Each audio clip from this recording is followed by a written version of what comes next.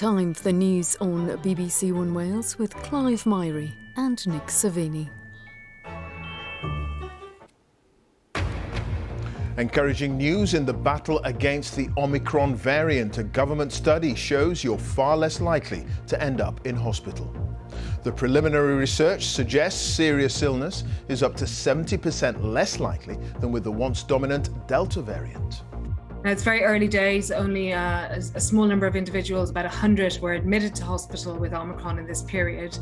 But nonetheless, it is first signs of cautious optimism we can have for a while. But intensive care units are dealing with numerous unvaccinated patients in a dozen hospitals in England. 2/3 haven't been jabbed. It's very sad when people come into hospital who haven't been vaccinated. They're very unwell and they ask to have the vaccine then, which of course they can't, because you have to get better from COVID before you can be vaccinated. We'll be analysing the government's latest research on Omicron. Also tonight. From Russia, a warning. President Putin says Ukraine must not become a member of NATO. And the West End star self-isolating with COVID for a second Christmas. One of many forced to change their holiday plans. In Wales today, record NHS waiting times for the 18th month in a row. It comes as health bosses warn nearly a fifth of the workforce could be off sick when the Omicron wave peaks.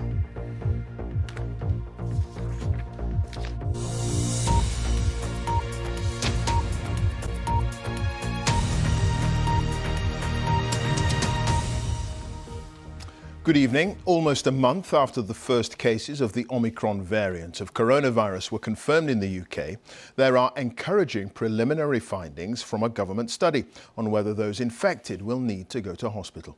The new research suggests that anyone with Omicron, compared to the once dominant Delta variant, is up to 45% less likely to attend A&E and up to 70% less likely to be hospitalised. But there is concern about how long the booster jab provides extra protection. A third dose, according to government statistics, begins to wane after 10 weeks against the Omicron variant. Our medical editor Fergus Walsh has been looking at the findings. Between 30 and 40. These are the ages of some of the people fighting for their lives on a COVID ward. Not one of them has been vaccinated against COVID-19. A powerful illustration of the dangers facing the unvaccinated and the pressure on NHS staff, filmed in the intensive care unit of Royal Liverpool Hospital, where 4 out of 5 COVID patients are not jabbed. The message is simple: get vaccinated. I'm just going to take that blood sample, okay? That's it, well done. The Intensive Care Society said at least 2/3 of COVID patients were unvaccinated in 12 out of 16 critical care units it contacted in England. It's not for us to judge people who haven't been vaccinated. It's for us to look after them as well as we can. But it's very sad when people come into hospital who haven't been vaccinated. They're very unwell and they ask to have the vaccine then, which of course they can't, because you have to get better from COVID before you can be vaccinated. Evidence that Omicron causes milder disease has been reinforced by preliminary analysis from the UK Health Security Agency. It suggests that someone infected with Omicron is 30 to 45% less likely to attend A&E compared to a Delta patient, and between 50 and 70% less likely to be admitted to hospital. But the extra protection that the booster jab gives against infection does wane more rapidly against Omicron than Delta, being about 15 to 25% lower 10 weeks after the booster jab. It shows that people with Omicron have a reduced risk of hospitalisation compared to Delta. Now, it's very early days. Only a small number of individuals, about 100, were admitted to hospital with Omicron in this period. But nonetheless, it is first signs of cautious optimism we can have for a while. As daily cases hit another new record, UK researchers estimate that half of people with cold-like symptoms actually have coronavirus. The number of NHS staff off work because of COVID has risen by more than 50% in the past week in England to nearly 19,000. In London, the epicentre of the Omicron outbreak, It's more than doubled to nearly 4,000. NHS workforce, it was already under pressure before Omicron came along. There's increased pressure there, as we're seeing in many workforces at the moment, especially if someone needs to isolate if they have a positive case. But some of the recent moves we've had from moving to 10-day to 7-day isolation, if you take tests in the last 2 days, I think all of this will help.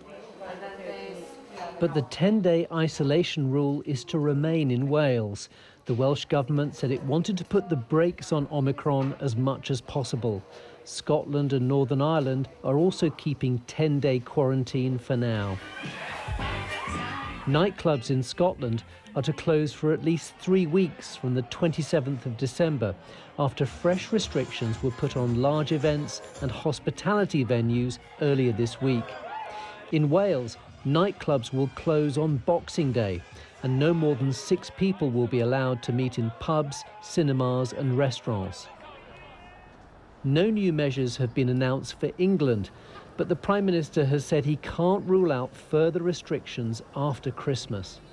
Fergus Walsh, BBC News. Well, COVID infections have surged to a record high today. There were almost 120,000 new cases recorded in the latest 24-hour period. The average over the past week is nearly 97,000 new cases every day. The number of people in hospital with COVID is 8,216, but that doesn't include the latest figures in England. 147 deaths were recorded. That's of people who died within 28 days of a positive test, and 112 COVID-related deaths were recorded on average every day in the past week. On vaccinations, just over 840,000 people had their boosters yesterday, meaning on average almost 887,000 people had a third jab every day in the past week. In all, more than 31.6 million people have had a booster. That's 55.1% of the population aged over 12. Let's get more on all this from our political correspondent Helen Catt, who's here. Helen, good news in these preliminary findings from the government, but causes for concern too. Yes, the government is saying that this is positive, what we've heard today about the severity of Omicron. But you're right, they're still urging caution. They still haven't ruled out the possibility of further restrictions in England, for example, after Christmas. And the reason for that, the thinking behind it, is that even though it looks like Omicron is less severe, the fact that it spreads so quickly and so easily could mean that if you end up with a lot more people having it, a higher number of people having it, even a small proportion of a much, much higher number could still generate a significant number of people in hospital, putting pressure on the NHS. So ministers say they are still monitoring the data and they haven't ruled these things out yet, although we know that they have confirmed they won't bring any restrictions before Christmas. And for now, there's one relentless message from the government, and that is getting people to take up those booster jabs. Indeed. OK, Helen, thank you. Helen Catt there. And the BBC has launched an NHS tracker as a guide to how your local services are coping in England, Wales and Scotland. It'll run throughout the winter. Just go to bbc.co.uk NHS tracker. There it is on your screen. Italy and Spain are the latest European countries to tighten COVID restrictions in an effort to curb the spread of the Omicron variant of coronavirus. Governments across the continent are struggling to cope with the pressure on health services and medical staff as infections rise. Our Europe correspondent Nick Beek has sent us this report, and a warning, there are some flashing images. The festive message to Spaniards this year: wear a mask, even outside. Across Europe, governments are issuing health warnings rather than glad tidings. At a time when families come together, the advice is to keep your distance. Belgium is now inviting children as young as 5 to get vaccinated. COVID cases here have been falling for the past 10 days, but cinemas and theatres are set to close, although pubs will stay open. It's really a political choice that is not really supported by scientific. I feel like there are rules, but no one really cares, so... It helps me to study that all the nightclubs are closed. Exhausted doctors and nurses are pleading with the public to follow the rules. The measures have their effect, and they permit us professionals to continue in our hospitals to take care of all kinds of patients, and not only patients having COVID. So really, I know the measures are weighing on all of us, but they are so important to be able to keep our health system standing up. Medical staff here and across Europe are unanimous that getting more people boosted is vital in the fight against the new variant. But what we don't yet know is how the early studies coming from the UK suggesting Omicron is milder will affect the decision-making of individual European countries in the coming days and weeks. COVID rates across the continent have been spiralling. Denmark has the highest, followed by the UK. But France, Spain, Italy have all seen a surge, as well as Germany. And there's been anger in Munich at tighter controls, which have targeted the unvaccinated. Police kept order at a time when most UK visitors are being kept out of the country. But travel bans, which France has also introduced and scuppered British getaways, won't work, according to the World Health Organization. It argues specific local measures, such as those introduced in Spain and Italy today on face coverings, are much better. As ever, the politics of the pandemic can take some navigating. As the last-minute shoppers venture out, the general message from Europe's leaders: we wish you a cautious Christmas and a reined-in New Year. Nick Beak, BBC News, Brussels. There are warnings that household gas and electricity bills could rise by as much as 50% next year unless the government intervenes.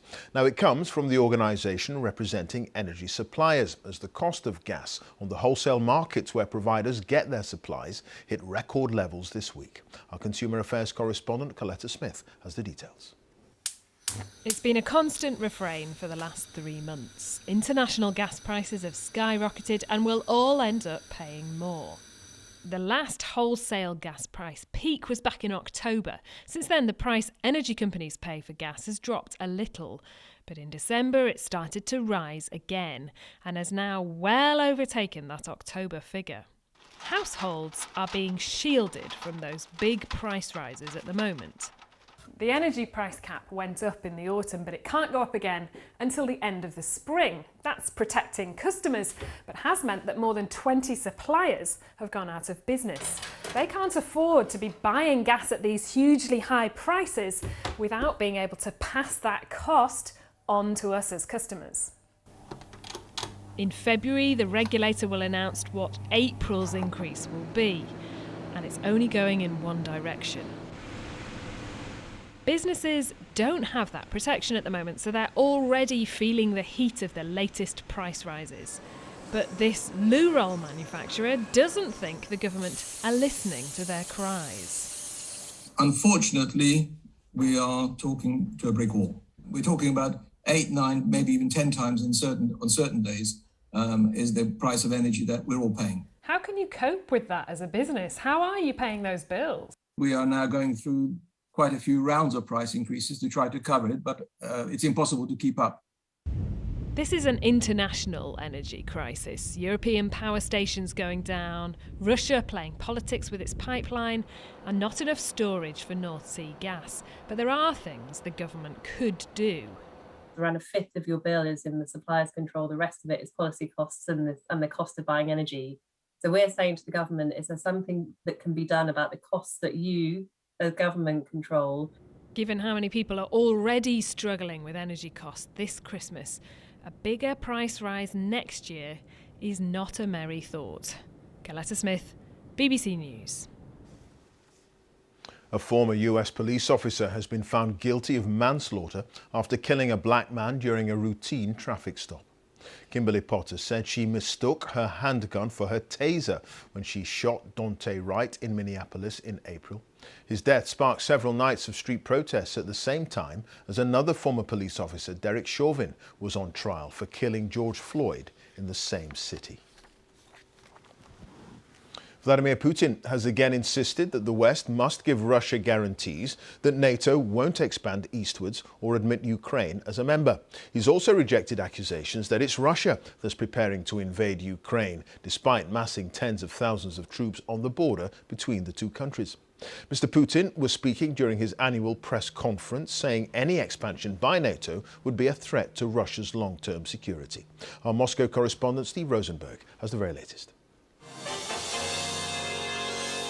It's the most wonderful time of the year, if you happen to like long news conferences. Vladimir Putin's end-of-year press briefing is always a marathon affair. For 4 hours, the Kremlin leader fielded questions. And he used the event to vent his resentment at how NATO enlarged after the fall of the Soviet Union. We won't move 1 inch towards the east, they told us in the 1990s. And what happened? They deceived us. They brazenly tricked us. There were 5 waves of NATO expansion, and now missile systems are appearing in Romania and Poland. Is this Russia's response? A build-up of Russian troops near Ukraine's border. The Kremlin denies it plans to invade. But this is pressure. And on the West, too, as Moscow demands an end to NATO enlargement and NATO military activity in Eastern Europe, what it calls security guarantees. You must give us guarantees. You must do it. Immediately. Now. We won't be palmed off with decades of idle chatter about the need of security for all, while the other side carries out its own plans. Vladimir Putin spoke for a long time, but gave little away about his intentions regarding Ukraine, about whether, as the West fears, he's planning a large-scale military operation there. But what we do know now is that next month, US and Russian officials will sit down to discuss the security guarantees that Moscow is demanding, so there's still hope for a diplomatic resolution. Vladimir Putin has done 17 of these press conferences now as president. You need plenty of stamina to do this and to listen to it. And since all main TV channels in Russia show it live, it's wall-to-wall Putin. A reminder, as if Russians didn't know it, of who's in charge here. Steve Rosenberg, BBC News, Moscow. A well-known statue commemorating the Tiananmen Square massacre has been removed from a university campus in Hong Kong. The artwork depicting a pile of corpses was one of the territory's few remaining public memorials to the pro-democracy demonstrators killed in Beijing in 1989. China forbids any public recognition of the massacre. From Hong Kong, here's Danny Vincent.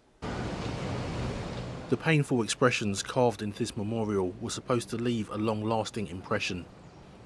The memories of the dead immortalised in copper and concrete. Beijing does not commemorate what happened on June 4th, 1989, but Hong Kong remembers. This is a demonstration of our values. We Hong Kong people have been pursuing democracy and freedom. If it is demolished, it symbolises the Chinese Communist Party has won. For 24 years, this statue has stood tall here on the campus of Hong Kong's oldest university. Etched into the monument are the faces of students killed in the crackdown in 1989. Hong Kong is the only place on Chinese soil that officially remembers the dead. This statue represents the right to remember. This public memorial was removed away from public sight under the cover of darkness, then demolished, broken into pieces away from public view.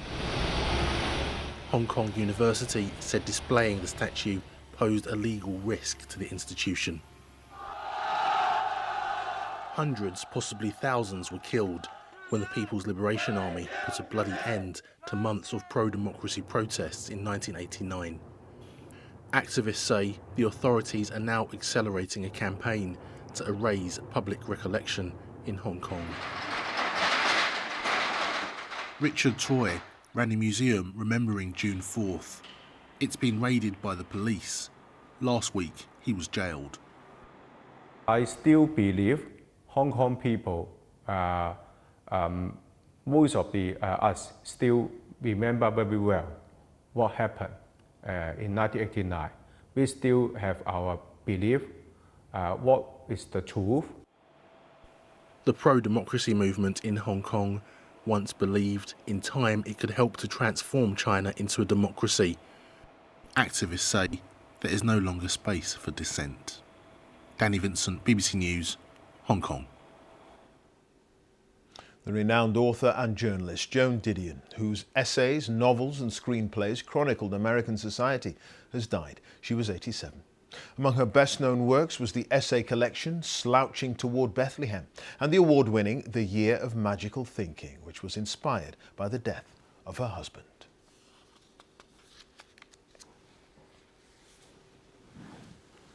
A year on from the signing of the post-Brexit trade deal that the government said would herald a new era for a global Britain, the experience, particularly of many small business exporters to the European Union, has been challenging.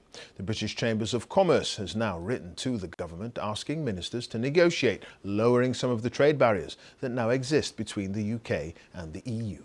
Our economics editor Faisal Islam has that story. A battle of wills, a precision wrestle. At times during the first year of the post-Brexit trade deal, it's felt like the UK and the EU have not stopped the fight. But it's exporters such as this judo equipment and video producer in Bristol who feel like they're the ones left on the floor. Rubbish, you know, it's bad on every level, and I'd like someone to be able to say me some kind of upside, but there isn't one. Overall, UK exports to the EU are down 12% in the first 10 months of the year on pre-pandemic levels in 2019. UK imports from the EU are down further, 20% on that year. Some of both these numbers is down to the pandemic too. In addition, EU figures show tariffs have been applied on over £10 billion of British exports to the EU over the past year. This means for some exporters, the deal has not been zero tariff. It's not true. For you, for us, here, for those suits. That's right. I mean, why would it cost you €178 to accept delivery in Italy? So ministers would say, although it comes from this warehouse because it was ultimately manufactured elsewhere, yeah, it doesn't count within the deal. That's right. And some places seem to be more difficult to get things sent to than others. These came back again last week. This created risks visible here, boxes of exports being returned at businesses' expense, costing time and effort.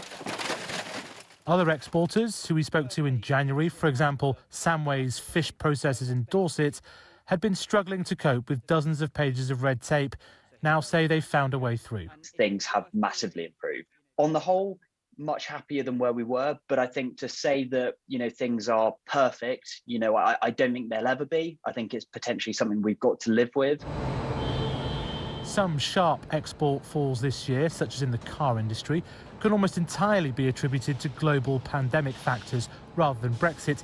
Indeed, the signing of the trade deal helped confirm Nissan's commitment to Sunderland, unleashing new investments in electric vehicles. Although the first year of global Britain trading outside of the European Union has avoided some of the dramatic worst-case scenarios, there has been a clear hit in the trade figures that goes beyond what you'd expect from the pandemic. And in individual sectors it's been marked, such as the re-export of clothing and the export of food and animal products. They've gone well beyond teething problems. And for the government, they've played this down, but privately they say British exporters have got to get used to a new reality that there is a customs border with the EU. So after a year, particularly for smaller business exporters to Europe, global Britain remains a work in progress. Faisal Islam, BBC News. The Duke and Duchess of Sussex have released the first picture of their baby daughter, Lilibet, saying she made us a family. The couple's family holiday card shows them at their home in California with 6-month-old Lilibet, who was born in June, and their 2.5-year-old son, Archie.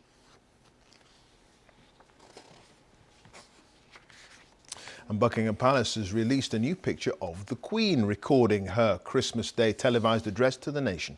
It follows the announcement that she'll be spending the day with Prince Charles and the Duchess of Cornwall at Windsor Castle rather than travelling to Sandringham. Like millions of others, COVID has forced the Queen to change her plans at the last minute. And our correspondent Andrew Plant has been speaking to some others for whom Christmas once again won't be quite what they hoped. What's the date today? It's the 23rd. The traditional countdown to Christmas, but in the Hodgson household, it's indoor fun in the flat only for the next few days. Coronavirus means all of their plans have been cancelled. I haven't had any fresh air. This is the most fresh air I've had since Fridays. Tell us why. When did you find out what happened? We sort of managed to stave it off for this long, and then just as Christmas hits, and we were really looking forward to spending some time with our families. COVID's meant all kinds of cancellations. Over 30 West End shows have had performances called off. Just give you a quick shot of my little table for Christmas. A case of here we go again for Mamma Mia actor Stephen Beckett, isolating for the second Christmas in a row. Everyone else will be sitting in there. Everything was going well. It's sold out. Ticket sales are enormous. A huge Christmas extra show schedule has been put in place. And then along comes Omicron. We had no positive cases on the Monday. By Friday, 3/4 of the cast were positive. As far as I'm aware, I'm the only person who's isolated from COVID. For Richard Dowling, company over Christmas will be by video call only, alone in student halls after a positive test just before he was supposed to travel home. A normal Christmas day would mean waking up early in the morning, going downstairs, opening Christmas presents. This year, obviously, I'll be on my own instead, so probably just crack on with some university work. There have been just a few nice surprises though too. Sherry and Kate did face isolating indoors on Christmas Day. Fresh air. Can't wait to go for our walk. But rules changed and they're finally able to step outside. So you had it snatched away from you, but then suddenly you were given it back, almost like a Christmas present. How does it make you feel? It is quite a gift. It really is.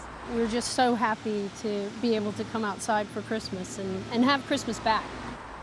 Negative tests on day 6 and 7 mean the 25th can now include a walk outside at least. Andrew Plant, BBC News. That's it. Now on BBC One, time for the news where you are. Have a very good night.